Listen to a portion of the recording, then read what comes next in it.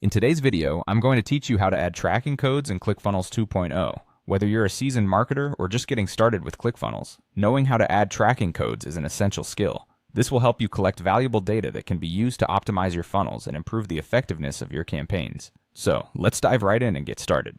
First things first, ensure you're logged into your ClickFunnels 2.0 account. If you're not already logged in, head over to the ClickFunnels website and enter your credentials. Once you're logged in, you'll be taken to your dashboard where you'll see all your ongoing projects. From here, you'll want to decide where you want to apply your tracking code, whether it's at the site level or specifically within a funnel. In this example, I'll guide you through both scenarios so you get a comprehensive understanding. To begin with, let's look at adding codes at the site level. Navigate your way to the site settings. You should find this option easily on the main dashboard. For those who prefer integrating their codes directly at the funnel level, you'd want to open funnel settings instead.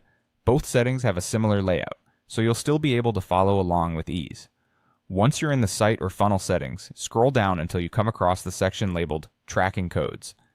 Here's where the magic happens. Within this section, you have a couple of options. If your tracking code is provided by analytics tools or pixel scripts, it's generally best to paste it into the head tracking code field. Most analytics platforms like Google Analytics prefer the head section as it allows data to be collected promptly when the visitor lands on your page. That said, different providers may have specific instructions regarding where to place their codes. So if your provider explicitly mentions placing the code in the body tracking code field, that's where you'll go ahead and paste it instead. After you've pasted your tracking codes into the appropriate field, there's one simple but crucial step left. Be sure to click Save.